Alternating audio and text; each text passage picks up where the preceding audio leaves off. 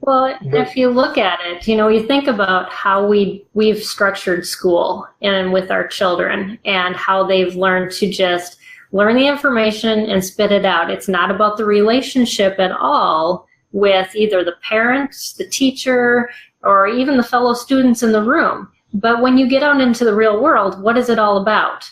It's about the yeah, relationships that you have. exactly. And so choosing to teach your child that all about relationships and the importance of making that part of your business practice is very, very neat. Which is So that's and that's one of the classes that I love that we have is it's on social styles.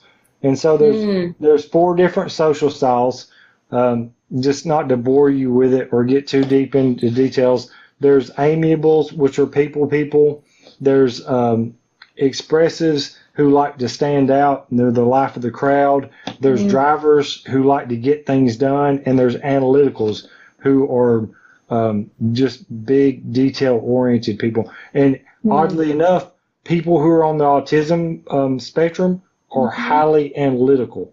Yes. They're usually analytical. And so through that particular class, we teach people how to communicate better with all of the four social styles. So Oh, that's neat.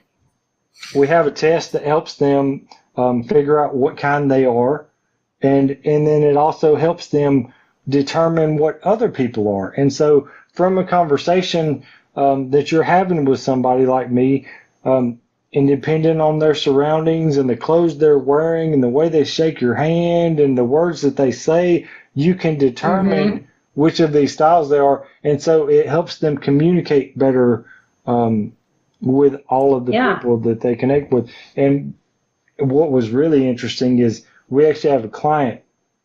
His son has Asperger's, and Hmm. so his son was 17 years old when they started coming to us.